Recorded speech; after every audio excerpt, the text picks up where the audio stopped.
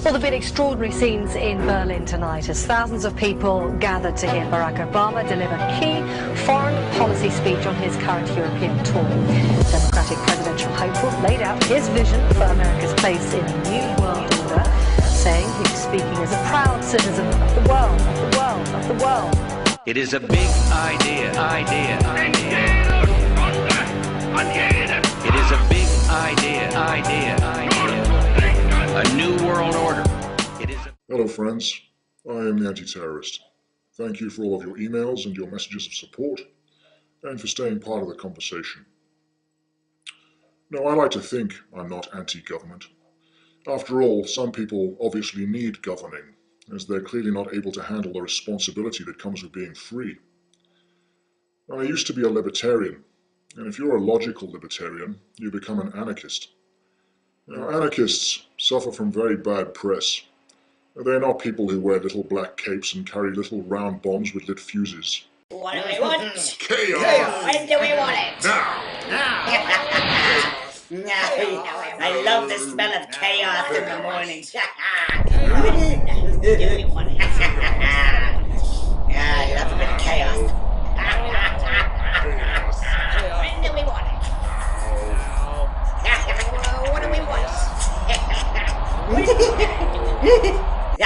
Chaos, chaos that we want it.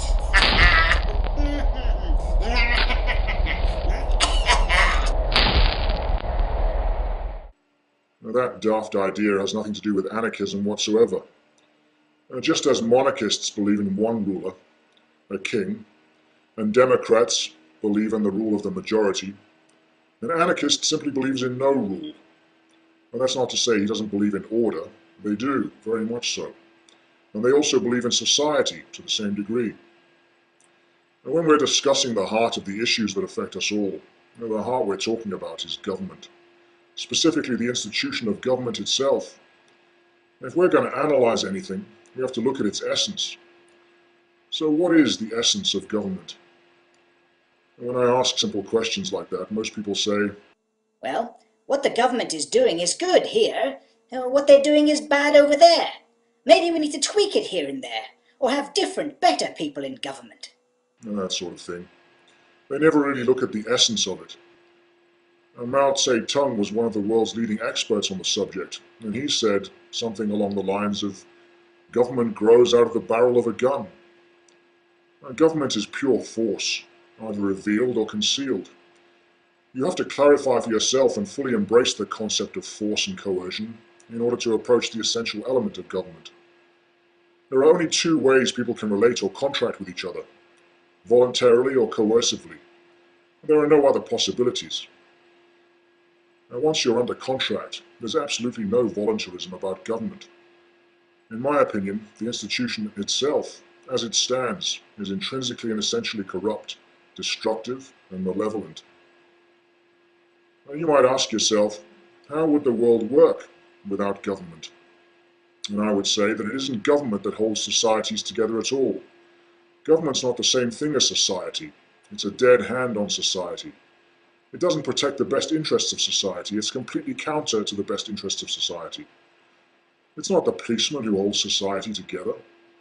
What holds society together is a combination of peer pressure, social dishonor, and moral approbation, not coercion, force, and the state. So what useful purpose does government serve? One of the most frequent answers I hear is, well, how about the army, to defend us against the Russians? And what about the police and the courts? And I point out to them that if you accept the proposition that government is pure force, just organized coercion, and you accept the fact that coercion and force are not good things, then maybe coercion and force should be limited to defending you against the initiation of force and fraud. Pretty logical, really, don't you think? It implies an army to protect you from the forces outside of the arbitrary boundaries that the government has set up for itself, a police force to protect you from criminals within the borders, and a court system to arbitrate disputes within the boundaries without resorting to force. Now, having said that, I would suggest that when it comes to the conduct of an intelligent society, that these three areas are far too important to be left to the government and the kind of people that get into it. The only three areas you could use to make an argument for government are the very three areas that are too important to be left to government. It's paradoxical. As far as the police are concerned, I'd far prefer to have someone like Eddie Shoestring or Magnum P.I. to go after someone who committed a common law crime against me. And very few of the crimes prosecuted today are common law crimes, as you well know. A Magnum would be a person who has an interest in the actual catching of the criminal. And most police, notwithstanding the good guys on the shield or the bill, down tools at 5 o'clock. They're just government employees, that's all. And a lot of you are probably thinking, Well, how can we change this system and resolve these problems? Wait a minute. The political arena is an area of criminality and corruption, but maybe we should use it to our advantage. Maybe we should put our guys up there to make a difference and vote for them. Despite the nagging sensation that it's such a laughable waste of time, effort and energy, a significant portion of the awakened still tend towards getting involved in the political process, by joining a party or a movement or something along those lines. I guess it's an entertaining diversion for those who have an interest in it and don't have anything better to do with their time. But I have a problem with politics and voting in general. I haven't voted for years, and I plan on never voting again. The main reason being that it endorses the political system, a system of organized coercion. I don't believe in doing unethical things. I don't believe in the institutionalization of coercion and force. And when you vote, you're participating in that process.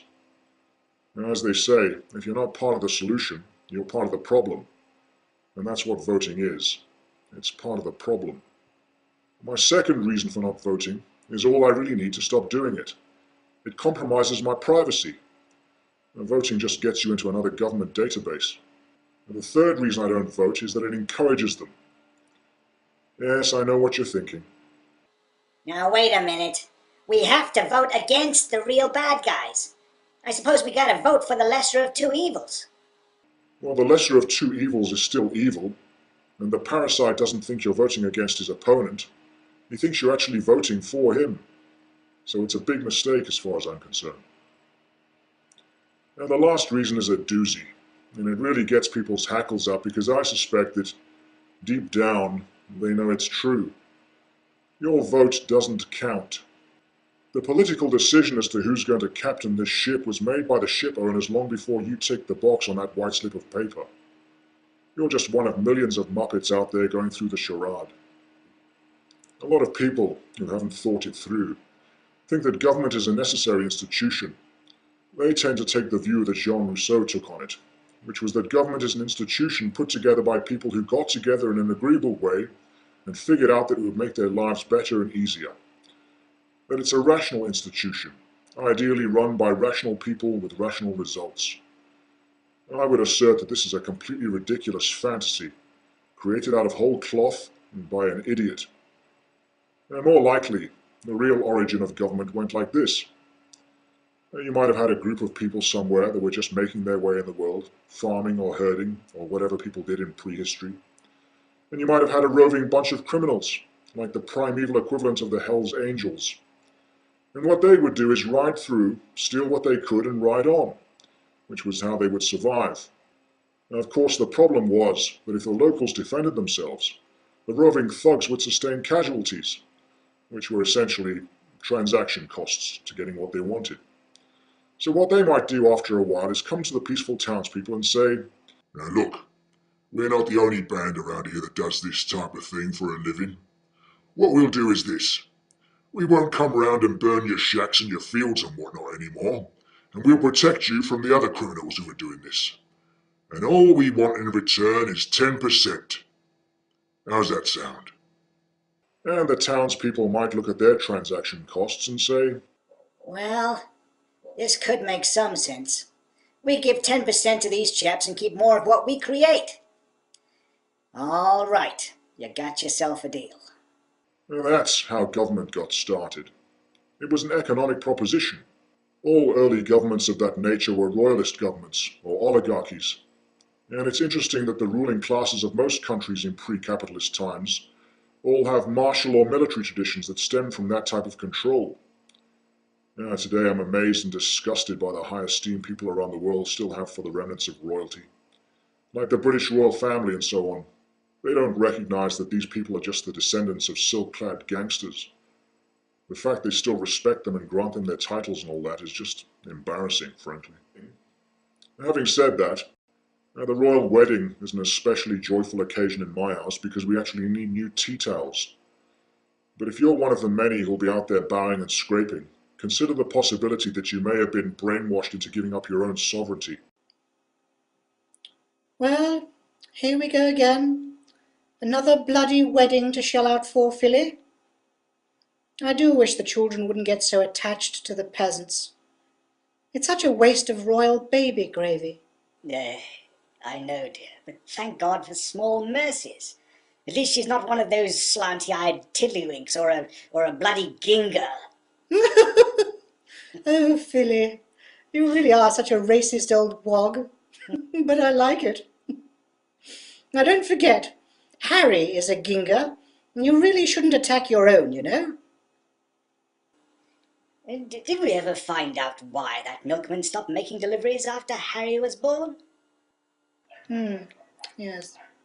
Well, anyway, we need to plaster on a fake smile and plough through this poop one more time. And let's hope we can keep a leash on this one. You know, dear, Kate has said that she's devastated she never got to meet Diana.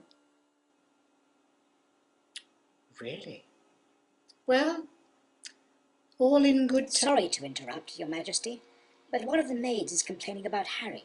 It appears he locked her in his room again and forced her to watch him punching the clown. Bugger. Well, it's your turn to take care of the little deviant this time, Philly. Sorry. Who's queen? Bloody. Me. Anyone who believes the current royal family just willingly gave up their power to the people needs to do a little research and reevaluate their opinion. Brainalyze it a bit. Use a little reason, logic, and common sense. Your current monarchs are just diluted, weaker versions of the gangsters that bullied and coerced your ancestors eons ago. And they realized they could no longer command the same fear and respect and lead from the front. So instead they rely on coercion, subterfuge, and deception to keep the growing unwashed masses in line and feeding their opulent lifestyles. I believe the system is on a fast track to a violent implosion, and what we create after that fact is anyone's guess, but I think it can only be a good thing. Now, Nietzsche said a lot of things right, but one thing in particular really struck a chord with me. That which is about to fall deserves to be pushed. We really ought to be learning the system, learning about money and law, and using that knowledge to undermine the corrupt bureaucracy, the fraudulent coercive contracts, and the power-crazed police and judges, until what we're left with is the bare bones of something we can use for our betterment. We owe it to ourselves to fight the injustice, the ignorance, and the malpractice at every turn. It does take courage, diligence, and tenacity, though. Freedom isn't free. If you haven't already done so, begin your education. Explore the possibilities. Study up and empower yourselves. Thanks for listening.